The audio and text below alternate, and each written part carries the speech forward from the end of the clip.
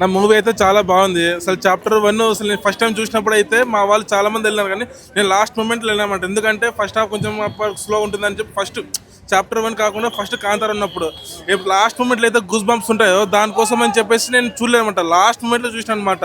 So chapter 1కి వచ్చేసరికి ఇట్లా కాదని అసలుకి మొత్తం అయితే నెక్స్ట్ లెవెల్. అసలుకి నిన్న రాత్రి నుంచి అయితే నిద్రపోకుండా అదే పనిగా ఐమాక్స్ కోసం ప్రసాద్ థియేటర్లో చూడాలని చెప్పేసి నా దగ్గర డబ్బు లేకపోయినా క్రెడిట్ కార్డ్ నుంచి ఐసిఐసిఐ బ్యాంక్ నుంచి క్రెడిట్ కార్డ్ తీసుకొని మళ్ళీ ఏమంటాము టికెట్ బుక్ చేసుకోవచ్చింది అనమాట. అదే పనిగా రాత్రి 2-3 o'clock అయిపోయిందన్నమాట. మేల్కొన్న అవునా సాటిస్ఫాక్షన్ అయినా ఫుల్ సాటిస్ఫాక్షన్ అనమాట. కొంచెం సీట్లు కింద దొరికింది, లేదంటే నా ఇంకా క్లారిటీ ఉంటుండే కానీ నెక్స్ట్లో అన్న ఇచ్చి పడేసిన సినిమా అయితే. అసలుకి మ్యూజిక్ అన్న ఒక ట్రాన్స్లో వెళ్ళిపోయింది అన్న. నాకు చెవులకి ఇప్పటికీ కుయ్ అంటూనే ఉన్నాయి అసలుకి, ఇంకా పోవడం లేదండి. ఇప్పటికీ నాకు సౌండ్ ఎక్కడి నుంచి వినిపిస్తున్నట్టే ఉంది అసలుకి. ఇంకా అయితే చెప్పాలంటే హీరోయిన్ అయితే నెక్స్ట్ లెవెల్ అన్న.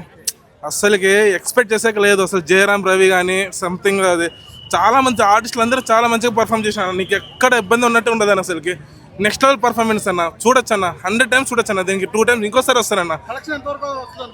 కలెక్షన్ రావచ్చు అన్న. బాహుబలి లాగా 1000 crores అయితే పక్కాన. పుష్ప కాకుండా 1000 crores అయితే పక్కాన ఖచ్చితంగా. అసలుకి ఎక్కడ తీసేయలేదు అసలుకి. మైండ్ బ్లోయింగ్ అసలుకి బ్రిలియంట్ పర్ఫార్మెన్స్ అసలుకి. ఎక్కడేం తీసేయకుండదని అసలుకి. ఫస్ట్ పార్ట్కి సెకండ్ పార్ట్కి చాలా డిఫరెన్స్ ఉందన్న. ఫస్ట్ పార్ట్ చూసినా సెకండ్ పార్ట్ ఖచ్చితంగా రావాల్సిందన్న. ఖచ్చితంగా చూస్తేనే మనకు అర్థమవుతుంది సినిమా ఏంటి, దేనికోసం తీసినారు ఏంటి అనేసి. అసలు మ్యూజిక్